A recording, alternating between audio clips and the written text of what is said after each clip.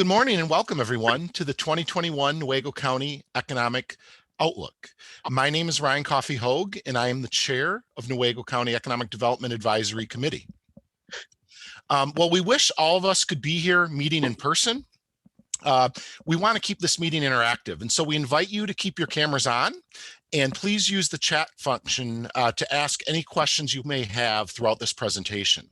We have a very packed agenda this morning, and we know many of you are zoomed out after nearly a year of virtual meetings. So we want to keep this event to 1 hour and on time. For anyone to say that 2020 was a unique and challenging year would be a massive understatement. However, 2020 has also underscored the critical value our strategic partnership with The Right Place and Julie Burrell offer Newaygo County.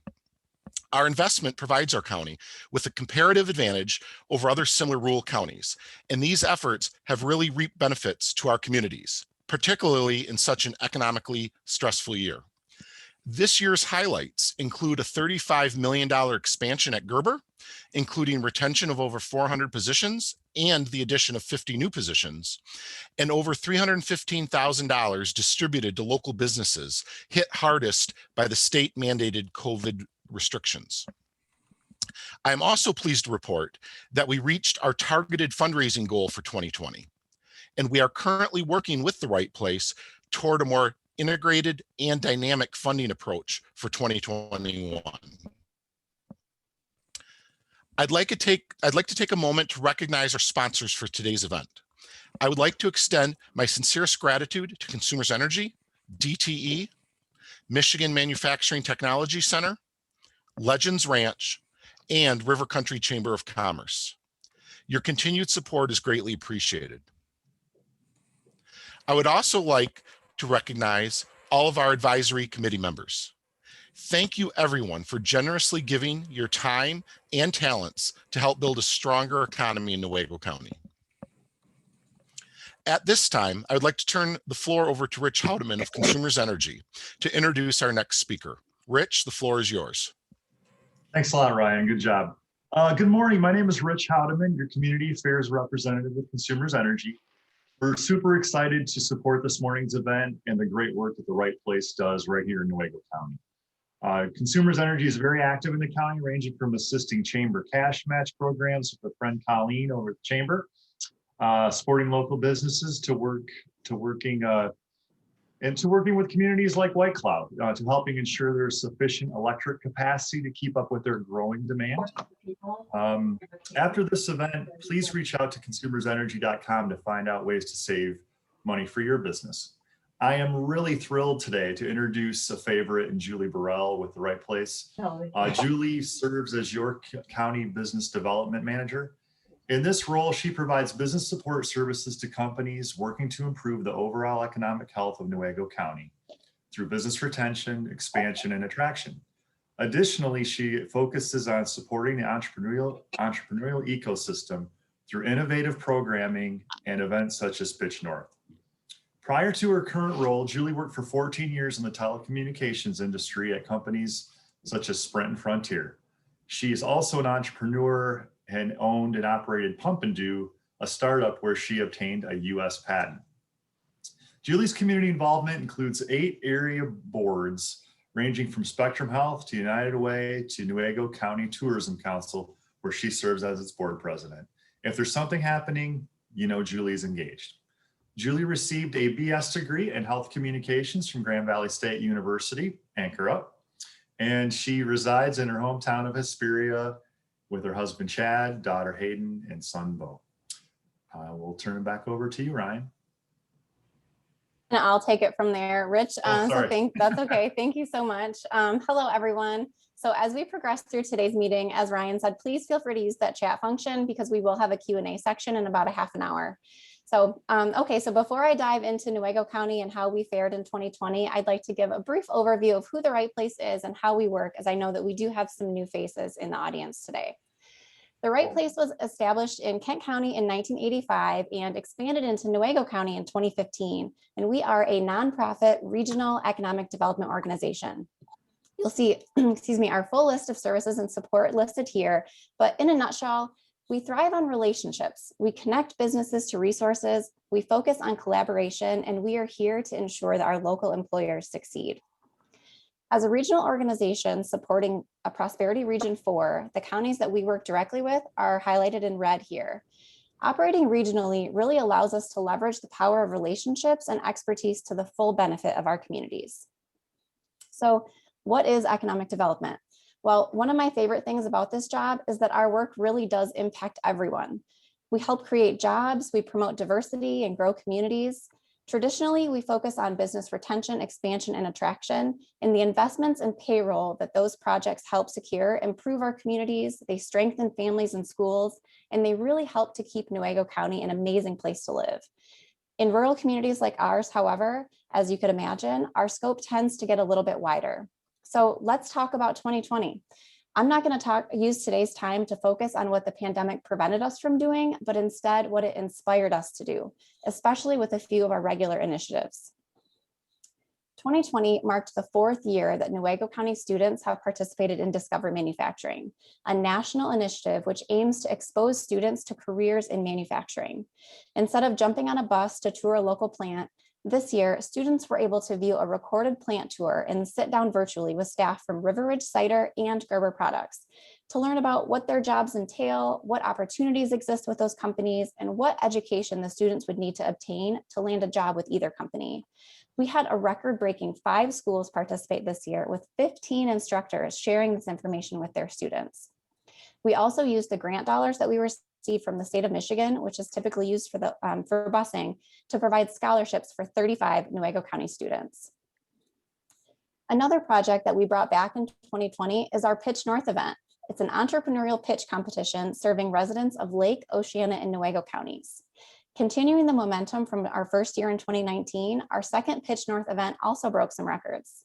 Pivoting to a virtual platform offered an opportunity to not only continue with this amazing program, but really to continue providing that much needed support to our growing entrepreneurial ecosystem in Newaygo County. Even with that change in platform, we saw a 40% increase in participating entrepreneurs. That's up to 26 different ideas that were submitted in 2020, and we even saw a 14% increase in attendance.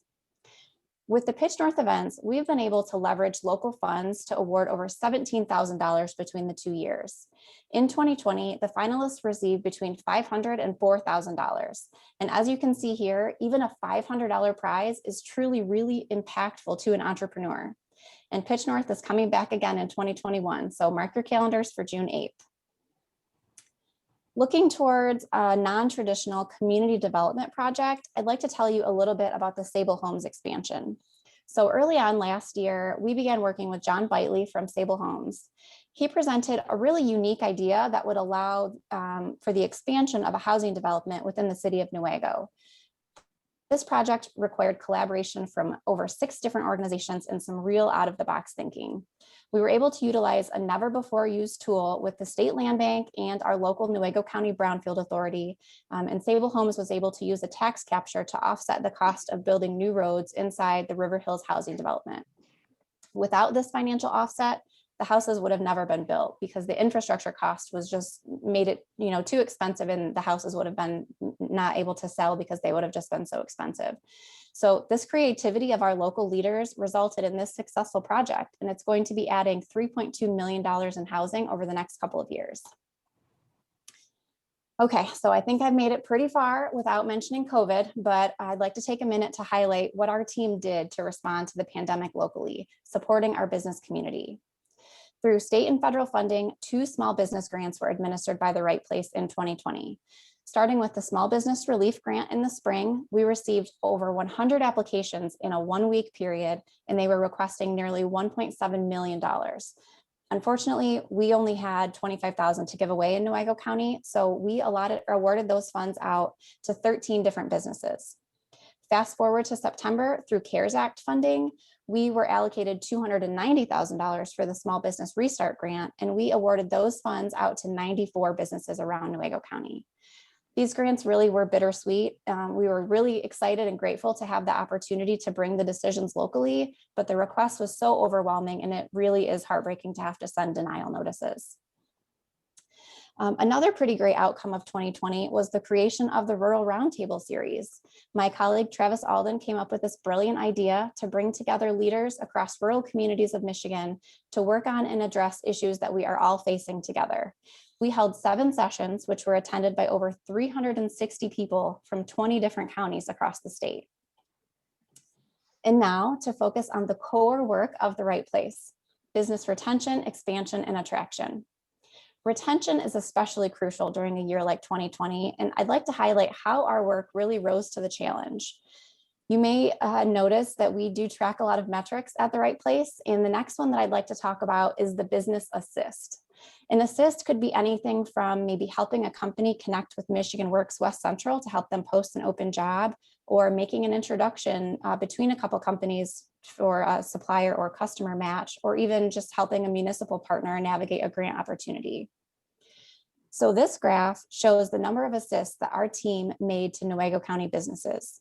The blue line is 2019, a very average year. I think I exceeded my goal in 2019. So now take a look at that orangey yellow line, and you can just see how much that number was completely blown out of the water in 2020. So I wanted to share this slide just to take a little bit of a broader look at our entire team. This graph and this depiction shows really just how large our reach is. So each number here represents assists by zip code from January to November of 2020 from our entire team. So we're not just helping, the core urban areas. We really do have a pretty broad reach and are trying to really help as many businesses as we can. So last year, Newaygo County projects resulted in the creation of 55 new and 466 retained jobs, resulting in almost $2.4 million in new payroll to our communities. And that payroll translates into money spent in our downtowns, at our grocery stores, on education, our camps and housing, local nonprofits, and so many more things. So looking at total capital investment, the projects in 2020 resulted in $37.2 million in new investment. Additionally, our work resulted in over $345,000 in grants coming to Newaygo County, which does include those small business grants that I just mentioned a few minutes ago, along with a couple others. So wrapping up my portion of this meeting today, I'd like to highlight our biggest project of the last several years, which was announced in 2020. We all know that Newaygo County is home to Gerber Products, and the investment that they committed to in 2020 will keep them strong in our community for decades to come. This is another great example of collaboration. The Right Place worked closely with our colleagues at the City of Fremont, the County of Newaygo, State of Michigan, Michigan Works West Central, and Consumers Energy to develop a really robust package which helped to secure this investment in Newaygo County. Over $36 million will be invested in the Fremont facility, allowing new product lines to come to Fremont, retaining 466 jobs and adding about 50 new ones. I'm sure you guys are all excited to learn more about Gerber's growth in Newaygo County, but I'm going to let our special guest in a few minutes do that sharing. So don't forget, if you have questions during any of these presentations, please put them in the chat and we will get to them during the Q&A section. So next, I would like to recognize another one of our sponsors, the Michigan Manufacturing Technology Center West. Ben, would you like to say a few words? Yeah, thank you, Julie. As mentioned, my name is Ben Wood, and I work for the Michigan Manufacturing Technology Center West, or the Center West for short. We're pleased to be able to sponsor today's event, support of Newaygo County businesses. At the Center West, we offer personalized consulting and training services to West Michigan manufacturers. We develop effective business leaders, drive product and process innovation, promote company-wide operational excellence, and foster creative strategies for business growth and greater profitability. On behalf of the Center West, I would like to introduce Andy Willis today. Andy brings over 18 years of experience to his Director of Operations role at Gerber Products in Fremont. Prior to Gerber, Andy held positions with Nestle as the Global Manufacturing Manager in Switzerland and the Product Manager of the Power Bar facility in Idaho. Andy hails from Kansas and is a proud Wildcat, graduating from Kansas State University with a bachelor's degree in Bachelor's of Science in Industrial Engineering. In his spare time, he enjoys hiking, golfing, and a multitude of other activities with his wife and son. Andy, welcome, and thank you for joining us. All right, thanks, Ben. A pleasure to join the team. So Happy to participate with you and really share a few updates from the site as 2020 for sure was one of the most unique years of almost 20 years in manufacturing when we talk about the pandemic onset. But we were able to accomplish a lot even under these conditions, and talk to you a little bit about what's going on with the site today. Some of you are very familiar, but some of you may be not so familiar. So starting with a simple explanation of the Fremont site. So we reference ourselves as the home of Gerber. And it's a very powerful message and a motto we really try to live here in Fremont at the site, in that it's coming up nearly at 100 years now, where Dan and Dorothy Gerber converted this location from your stereotypical canning of fruit and vegetables into the baby food factory and company that it is today, where we're a global brand, the largest brand in the baby food segment under Gerber. So very proud to maintain the home of Gerber, and was very excited to join the team almost a year ago. So a very quick slide explaining the site today. So we have a few different entities that exist on the site. So we have, as you see in the yellow box, an R&D center that's based here in Fremont. We have some nutrition US entities that are located on the site. We have a substantial call center where when you call 800 Gerber for a question, a doubt, a complaint, are being answered here at the Fremont Gerber site. And then we do also support a number of shared services of folks that are working here at the site across different Nestle USA entities. So you can think of whether it's procurement or different aspects of finance. We have individuals that are not just supporting the Gerber business, but also supporting different entities around the US businesses. We have the center that is no longer part of Nestle for the health insurance side, that's now owned by Western and Southern. Still a significant support and a number of people. They're not associates of mine, but still exist on the site today under the Western and Southern ownership. And then last but not least, the factory site itself that you see in the blue section. Where we have the larger number of associates working every day to deliver the baby food across the US. Next slide, Julie. A view on our products today, for those of you that have not been in the facility or not aware, is on the top left, we see a tote bin. So we bring in fresh produce, primarily from the region that we're bringing in fresh fruits and vegetables. We're using local vendors around the community for some of the sets of cleaning and separation of the produce. So there's multiple regional partners that we work with to bring in that fresh produce, clean and ready to be processed into baby food that we bring in, and then we bulk pack into these units. Where we're able to manage the shelf life aspect of that fresh fruits and vegetables. You can imagine trying to make all of the vegetable baby food in the entire world right when apples are ready to be done. So it gives us an opportunity to kind of balance the seasonality of these fresh produce items across our various products. Our biggest segment is right below there, the plastic, same slide, sorry, Julie. Same segment. Our biggest segment for the site is the plastic cups. So more than 70% of the volume on that segment, which is the largest volume for Gerber in the US, is manufactured here at the site, where the primary use of that fruit and vegetable goes to. I'll save the melts for last. You see on the top right, we still manufacture a significant amount of juice products for babies' consumption Actually, interesting enough, it's one segment that has increased during the pandemic as more and more people have stayed home, less restaurant use. It's been actually a growing segment after a few years of decline, as people see it a bit of as also a treat for their children, versus what they might have historically done going to a restaurant and getting their child a juice of some sort. And then last but certainly not least, on the bottom right, we do a significant amount of multi-packing, variety packing. This is our fastest growing segment for the site here locally, mainly driven by the pandemic. You can imagine as you go to the store historically, you go and you pick all your different flavor offerings on the shelf. Well, more and more people have been moving to online purchasing, and they don't want to have to go and point and click at 20 different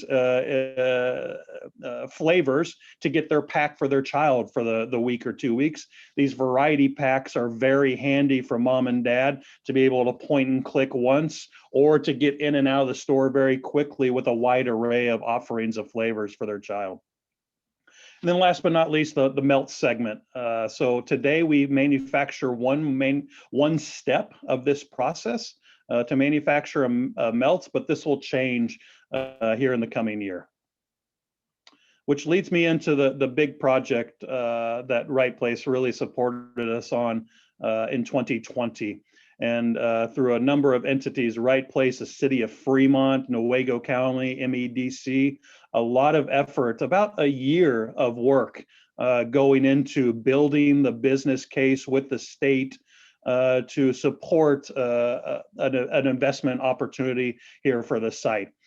So we have committed now as a business publicly and tied to the Renaissance Zone to invest $36 million into the home of Gerber here over the next 2 to 3 years, which we anticipate to add approximately 50 jobs to the site. We've been very consistent in our communications to say, as the history of manufacturing has gone, the future of manufacturing will go as well, as we have to continue to drive productivity of this site to ever improve our competitiveness in the business aspects. It's important for these type of projects to get the support coming from incentive packages to really enable not just maintaining employment, but also opportunities like this to increase employment, because we still do need to continue to drive profitability for the business and for the consumer to remain our competitiveness. So what you see on the right, the biggest project underneath that 36 million commitment tied to the Renaissance Zone that the teams did a great job helping us is we will have the end-to-end process installed into this factory. So from the incoming step to the finished product, that melt segment will be manufactured here in Fremont. Today, it's sent all over the US to multiple states to do various the steps to get that final melt product. And the incentive that came through the REN zone really made this a successful project for the company to invest, enabling a delivery to the business, that we have a business case that makes sense to us to reduce costs with the investment, and also comes with the benefit of the local community, where it will be a significant impact in the employment levels for the site. But the real, what I focus into on, a big effort over the year across multiple entities, especially the Right Place supporting us, to really drive this to conclusion at the end of last year. So it's an exciting moment, I would say, at the home of Gerber. We haven't invested at this level for a number of years, and very proud of what we were able to accomplish with the REN zone as a key enabler to get these things going. So I'll look through the chat. That's kind of my introductory. Pleasure to be with you today. I'll look through the chat questions and be prepared for the Q&A section. Thanks so much, Andy. It was great to have that real deep dive of info. So we'd like to take another minute to recognize another sponsor, DTE Energy. John, are you there? Yes, I am. Can you see me? Yes, sir. Hi, everybody. Thank you for participating in today's event. My name is Jonathan Wilson, and I am the regional manager with DTE Energy. DTE is proud to be a sponsor of this event and an investor with the Newaygo County Economic Development Team. I had the pleasure of introducing Jim Robey. Jim provides research and technology assistance on economic issues and economic and workforce development to assist corporate, nonprofit, economic and workforce development entities in problem resolution and strategic decision making. His research focuses on regional economic education, economic development, and workforce development issues across Michigan and the nation. He prepares annual economic forecasts for Southwest Michigan's metropolitan areas, directs the production of business outlook for West Michigan, and provides economic insights for regional economic development corporations across Northwest Ohio, the states of Ohio, Pennsylvania, West Virginia, Maryland, New York, and New Jersey, and Michigan. Jim received his PhD in urban studies from the Levin College of Urban Affairs, Cleveland State University. Jim, the floor is yours. Gosh, thank you for a great introduction, Jonathan. And bad news, I'm going to reach out to you to recruit you to be part of our regional advisory group. So never stand up. So a pleasure to be with you all. It's good to see some friends and partners. We value greatly our partnership with The Right Place and certainly working with Newaygo County and Julie. Next slide, please. For those of you who don't know the Institute, we are a 75-year-old, and just to put it very quickly, because I know we're always tight on time, we're an outside the Beltway think tank in Kalamazoo. I'm one of 14 senior staff PhDs here at the Institute. Most of my colleagues do more academic sorts of research, but I came from the site selection and economic development footprint. And let me just say that Julie, Travis, all these folks, the work that they do is very hard. And so wins like Gerber are really, really important. And so congratulations for that. The one thing I'd like you to look at within our mission statement is the nonpartisan. Anything I say in the presentation, or if there's time for any Q&A, will absolutely be, that sounds political, is entirely on me and not on the Institute. So what we'll do is talk a bit about the national and then what's going on in the region. Next slide, please. Many people are wondering, hey, we had the Spanish flu epidemic in 1918. How does this compare? Just briefly, although the data weren't as good back in the day, and manufacturing was a much bigger player than it is now. Data were collected for manufacturing employment for Wisconsin, Ohio, and New York, sorry, not Michigan. But really the effect of COVID, at least in the short run, was very similar to what we saw in the Spanish flu pandemic, with similar job losses in manufacturing. Next slide, please. Really, and these are all national numbers, how we look at the recovery. If you look at December of 2007, using that as 100, we really got up to growth of about 10% in the national economy as far as employment. Then, of course, in the second quarter, we fell off a cliff, but we've recovered pretty well, keeping in mind that this is an unusual recession. And there were some interesting things about the bullwhip economy, the fact that people they prepared for coming out of this recession the way they would always come out of a recession, yet this was a recession not induced by global conditions, consumer sentiment, or anything else. This was entirely a regulatory and administrative decisions that shut people down, as many of you are business people and you're aware of. And so we've actually done a pretty good recovery, considering that many places, Michigan, for instance, are only at 25% of dining and other things. And so some of the recovery is the fact that we're still legislatively not and administratively not able to get back. Next slide, please. And you can just, this is probably 3 or 4 taps, Julie. This is one of those animated ones, I apologize. So these are the GDP numbers, and what you see is kind of leading into this. We were at 3-4% growth for a period of time leading up to the COVID recession. And then in the first quarter, and then second quarter, we fell off a cliff, came back up. And really the forecasts are, and I'll share with you shortly, this forecast is from the survey of professional forecasters at the Philadelphia Fed. They're a regular group that's surveyed. They're looking at 3 to 4% growth over the next few years. And when we met with The Right Place just about a year ago, we were expecting no recession for 24 to 36 months. Of course, then we know what happened in March and April of last year. Really, employment will grow, but what you're seeing is significant capital investment, much like Gerber. But what we're seeing across the country is not as many jobs, as people are relying more on better qualified workers with better technology. Next, please. So we look a lot at Moody's, and they are pretty good at predicting a recession. And gosh, not surprisingly, in Q2, the second quarter, it was quite likely we were going to be in a recession in 6 months. Not surprisingly, we somehow did come out of this, again based on demand. And really, in their most recent reporting of February, which would be for their December number, it's almost about a 1 in 4 chance that 6 months from now we'll be in a recession again. I'll speak to some of the things that may cause that, but I'm fairly bullish on the economy, and I think we're in pretty good shape. Next slide, please.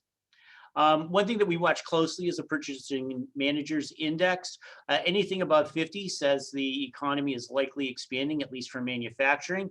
There was some question whether going into the COVID recession in 2019, we were already in a manufacturing recession. And really what we're seeing is very strong manufacturing. If you're in, supplying Gerber, you're supplying GM and others, you better be producing your product. And we know that in West Michigan, that's a trial these days, trying to find enough workers to be in plants in the rest of the economy. Next slide, please.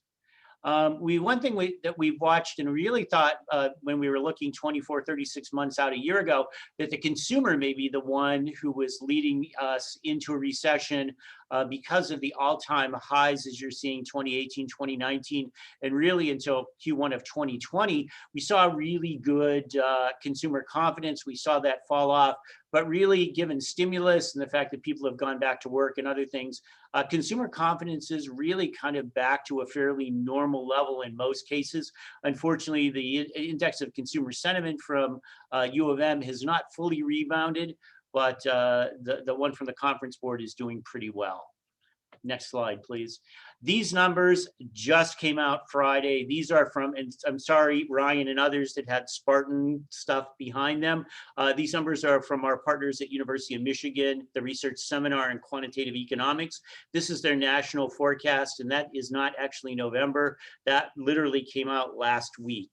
And so these numbers are updated. What you see is an estimate of GDP growth for 2020 is a negative 3.5, but really the next couple years it's 7%, 6% the year after. That we really are expecting, and at least University of Michigan is forecasting this, and they're again about a 75-year-old forecasting institute. Employment growth at about 2.5% this year, 3.6 next year. Light vehicle sales, which are a big driver in West Michigan, pretty close to normal. Unemployment rate not at that kind of 4% that we saw pre-COVID, but really returning pretty normally this year, and then in 2022 back into that very tight labor market, which we're already experiencing in West Michigan. Housing starts are limited in some cases by not by so much demand, but by cost and the availability of workers. And we're seeing CPI and inflation forecast back to about 2%, which is the Federal Reserve Bank's target. Next slide, please. Of course, what we saw early in March, and we were tracking this was taking all of our time for about 8 weeks, was the initial UI filings. We know that in many cases, places like California quit reporting for a couple of weeks because their systems were so inundated. We know there are still problems in Michigan. And so how many of these are actually separations and how many may be due to just playing catch up are unknown at this time. Next slide. The one that gets really interesting, and this does not include all of the pandemic-related unemployment support, particularly for self-employed workers and others, but what we've seen is continuing claims, those claims, people who filed last week and then were filing this week, declining down, and that's what we're looking at, is very positive. Clearly, we're not back to where we were pre-COVID, but it is looking much better. Again, some people simply regulatorily cannot go back to work. Next slide, please. So looking at the National Economic Forecast, we use something called a REMI model. We use it mostly for economic impact analysis, but it's also a good forecasting model. Again, what happens is University of Michigan data, the forecast that you just saw for the next couple of years, as well as Congressional Budget Office data, are used to create a national baseline, which then creates a regional baseline. So let's move to the next slide. And what you see over time is the gray line was the pre-COVID forecast. Then there were a series of forecasts. And so what we're looking at, and these are based on the November RSQE data, we've of course not seen the new models yet for this, is really a full recovery in employment for the US by 2023. So really this year, next year, we're really recovering back to where we were before. Very, very good recovery. Next slide, please. When we look at nationally, those industries that will recover by 2025, and this is our forecast from late 2020, we really see that most get back. Some like wholesale trade, construction, public administration, and of course, retail trade. Some of those are undergoing transformations due to funding, as well as how people are thinking about making their purchases. We know that many people are now, buying online from Walmart and Amazon and others. And so a lot of these will be affected. And then, the unknown of what's going to happen with oil and gas extraction going forward with the new administration. So generally speaking, most we expect to recover fully by 2025. And in some cases, well above full recovery, keeping in mind that when we looked at this time frame in the past, that we were all in a very strong economy with very tight unemployment rates. Next slide, please. So when we look at the total economy, probably it really is output, which is the total of sales. So a little different than GDP, but goods and services, really pretty much we're forecasting a recovery using our REMI model fairly early on, and it's very near to what the pre-COVID forecast was. Next slide, please. So how about the Michigan economy?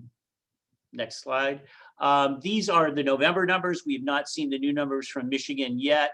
What we were expecting this year was last year, losing about 350,000 jobs, getting about half back in 2021. Manufacturing change very similar, about 10% loss, about 6% growth this year. I think the unemployment rates are really much lower, and particularly when we look at West Michigan, the unemployment rates are significantly lower. We'll touch on those briefly. And labor force participation rate right around 61%, which is pretty normal. Next slide, please. One thing that we watch closely are autos, and you'll see that early this last year, auto sales on an annualized basis dipped to where they were kind of in the recession, but quickly rebounded. Really, the problem now is inventory. Earlier, a year ago, we would have been talking about the extra inventory, and now, because people do have cash and interest, the number of vehicles on dealer lots are actually at sort of an all-time low. Heard that from an economist in a Fed call last week, that the vehicles aren't out there to be sold. And you see that in some of the incentives going from $4,000 on average a year ago to $3,000 now. Next slide, please. We do watch Class 8 truck orders. Those are the tractors of tractors and trailers. And I won't go too far into this, but we really saw that we do see them as a leading indicator, and we continue to see orders in late 2021, late 2020 and early 2021 really rebounding well as people are need goods moved, and many of the issues of shortages on the shelves were not actually shortages, they were the inability to get product moved. And so there is a seeming demand for Class 8 trucks. Next slide, please. So what about Newaygo County? What can we tell you about that? Really, when we're looking at the unemployment rate, and unfortunately the most recent data were a couple days early here, but the unemployment rate in December was 5.3%, which is really tracking not all that differently than what it was kind of pre-COVID. You were really right around bouncing around that upper fours, lower fives. And so you really have in many ways rebounded back to where you were in a very nice way. Next slide, please. When we look at total employment, that's the red line, the index kind of back to pre-recession.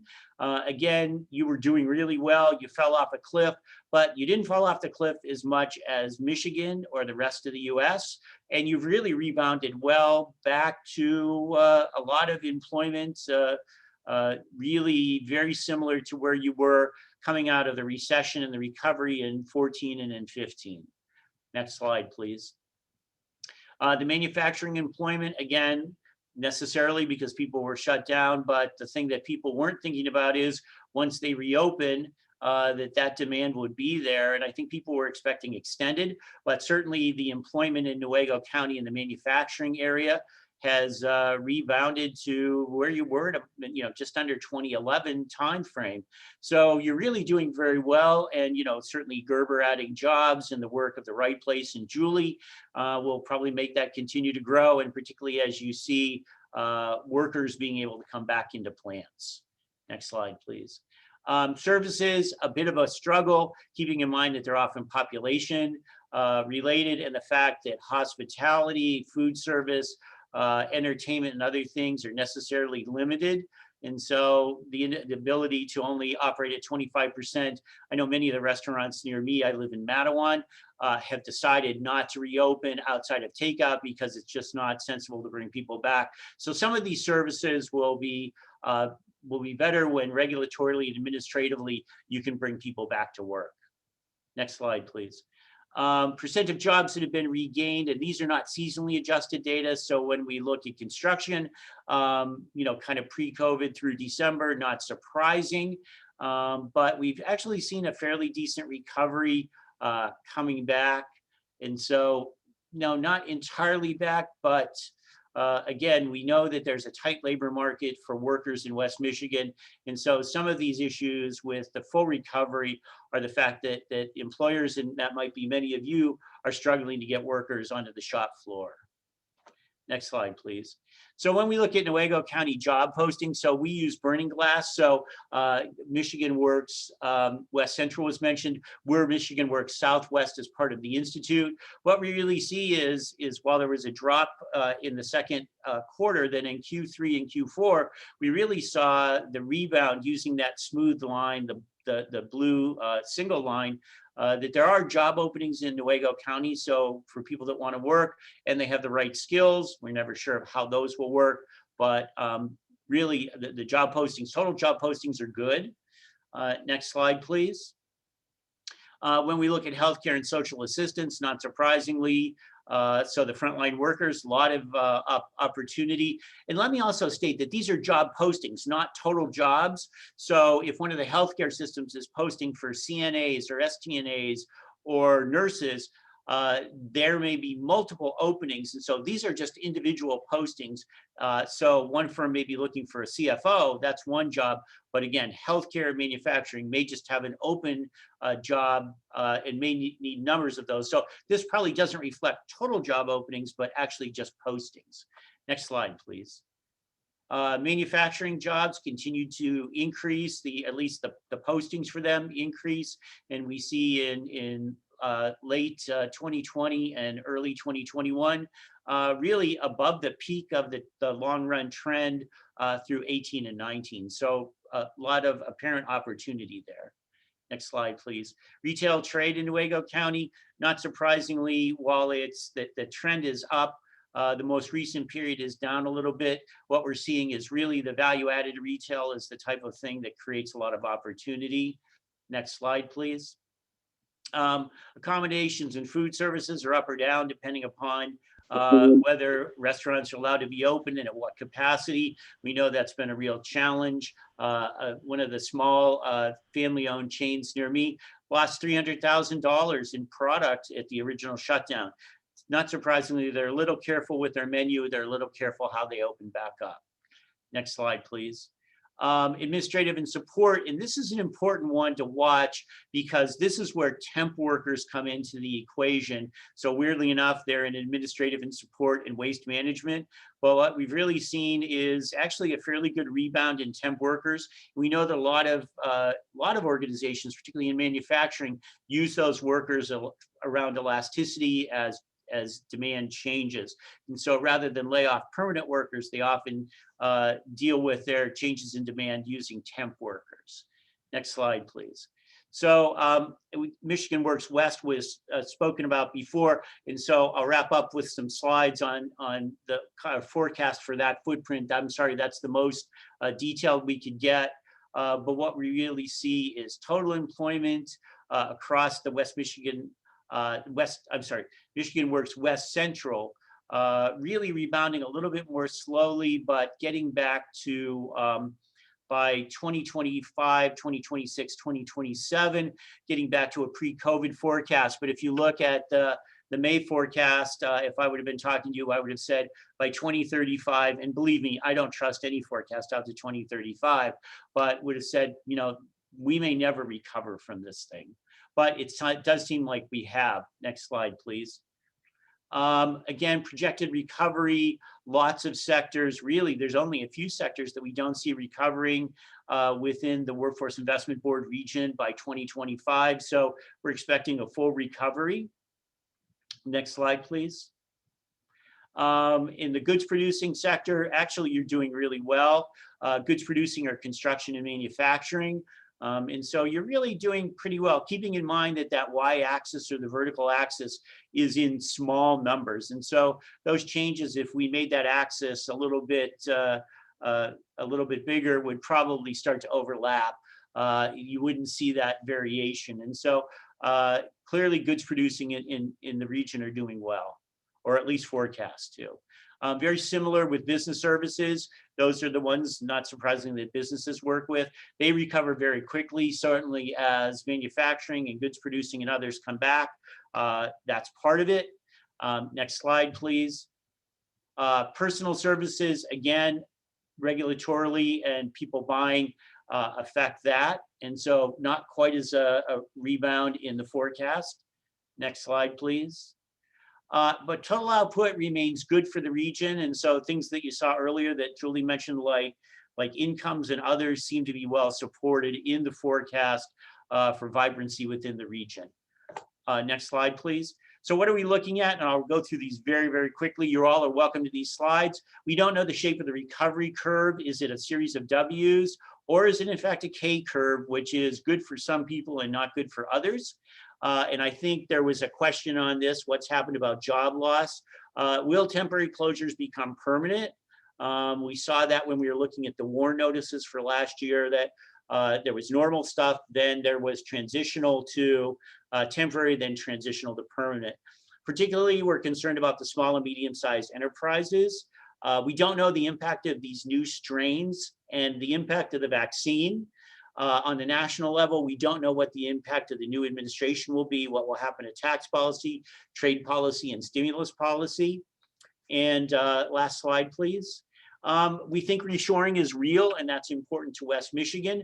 I think the dilemma with West Michigan, as it is across everywhere, is there just aren't a lot of sites available.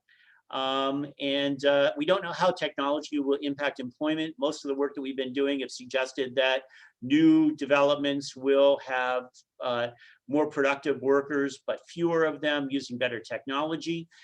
We don't know about people going back to work. We don't know what the next benefits will be, how people think about fear of contracting COVID, and then really barriers to reentry, like issues of childcare, school openings, and other things I know are on everybody's mind, and then what the effect at the state level and then regional level on administrative decisions about different industries and openings and other behaviors.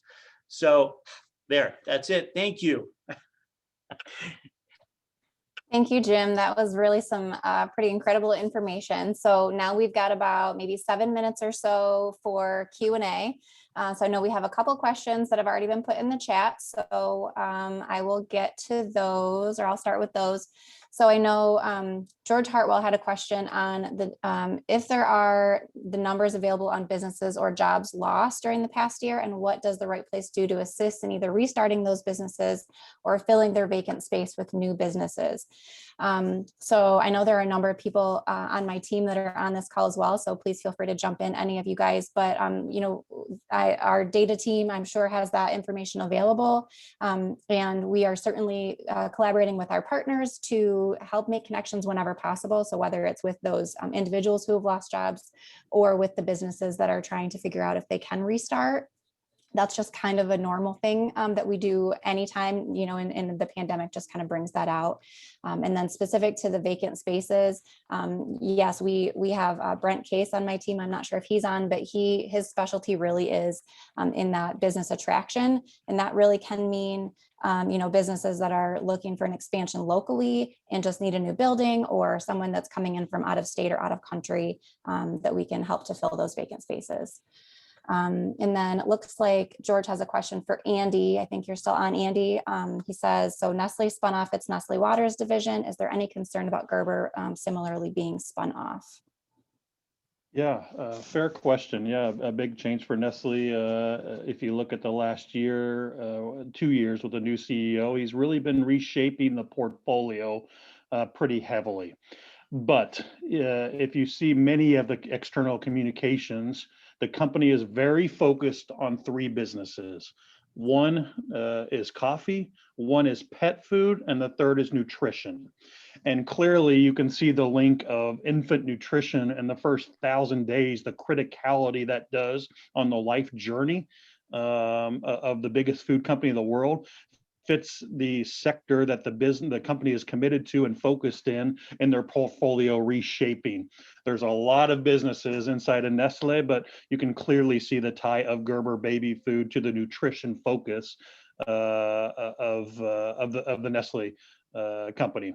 Not to say that there won't be different changes coming in the portfolio mix, but I think it's clear that the company is focused on segments that are clearly articulated in the Gerber brand. Okay, thanks, Andy. We've got one more question for you here from Dr. Clark. What skills and talents will you be seeking for these new jobs that are coming? Yeah, fair question. So the bulk of the additional jobs are frontline production operator. As Jim, I guess, was alluding to a little bit in his previous discussion, it's quite true that the modernization of manufacturing is ever evolving, and the ability to work with modern equipment becomes more and more critical. But the bulk of the positions added to the facility will be frontline production operator, where we're looking for mandatory that they finished a high school diploma. And then prefer that they have some experience in manufacturing for the site to understand that you're coming into a very modernized facility of manufacturing, so that experience already working in manufacturing environment is very helpful for our talent base. Okay, and then you're Mr. Popular today. So one more question for you, Andy. So from Jill May, so could this expansion have happened in another plant rather than Fremont? And if so, why Fremont? It's a very good question. So yes, is the short version. So we participate in a network of facilities. In total, Nestle has more than 70 factories in the US. And even under the baby food segment, we have about 12 facilities around the world, 2 of which that are residing in the US. So clearly there is a bit of compare and contrast that happens with any investment opportunity. But the key driver for us is we were able to deliver the business case that made sense from this site, primarily because of the work and improvements that this site has done over the last few years to improve the performance of this, based on the great employee base we have here, and the focus on driving performance improvement was really a critical enabler to the investment location, as well as we've had a very decent success on finding new operators, meaning just in the last 3 months, we've hired more than 30 people to the site, and we've been able to meet our timelines. It'll kind of come in a phasing over 3 periods, but this is a critical enabler that we are able to find the people that we need in this region, because it's not the same across the US right now, that Jim was also alluding to. There are sites having a significant challenge in finding a labor pool to support. So it's the performance improvement of the site, the folks driving the improvements, and then the availability to execute. Okay, awesome. I've got time for one more question. So we have a question from Michael Danhoff. So as some white collar companies are shifting and making some elements of working from home permanent, is there any thought of pushing the county as a place to live and move to with lower cost of living and other rural area benefits?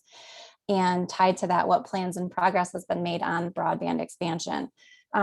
Yeah, so I can touch on that just a little bit. So looking at the broadband expansion, so I know we also had another comment from Diane from Senator Bumstead's office, but we are working as much as we can to try and expand that broadband.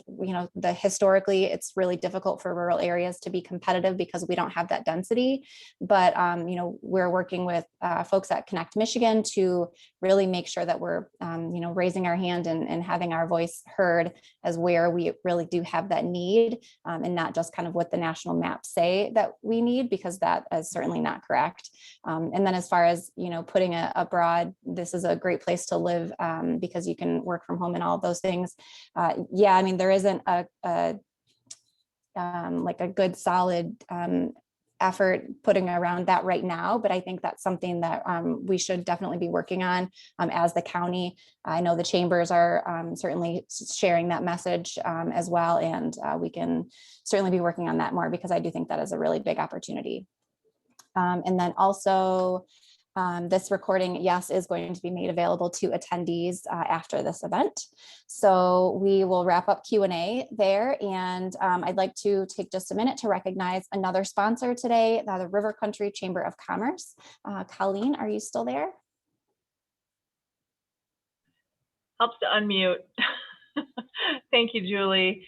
The River Country Chamber is very excited to be a partner with The Right Place, and I always enjoy collaborating with Julie on all the different projects that we're always working on. So a lot of great ideas shared in our with the chambers and with the Tourism Council. So I appreciate those opportunities, Julie. I'd like to introduce Jill May. She is with Tri-Sector Consulting, and she has been spearheading fundraising efforts for Newaygo County since 2019. She has 20 years of experience as a leader in the nonprofit sector and fundraising for economic and business development organizations throughout Michigan. So I haven't had a lot of opportunity to work with Jill, but the little bit that we have been on some calls together, it's been great to meet you. Thank you, Colleen. All right, handing the baton over to me. Hello, everyone. As Colleen said, my name is Jill May, and I just came on board just about a year ago, and it has been an interesting first year, to say the least. This first year has shown me how resilient and how determined the Newaygo County community is. This is definitely a community of survivors. Just to see all of the success and the achievements that have been accomplished over the past year with the Stable Homes project, the Gerber expansion, listening to Jim talk about how our unemployment rate is coming back up to pre-pandemic rates. The job postings are there. There's jobs available if people want to work. This is an amazing community, and I'm feeling very honored to be a part of things. And after this first year, especially getting to know it. So just want to kind of set up the context for this slide. And I know that we only have a few minutes, so I will get through it.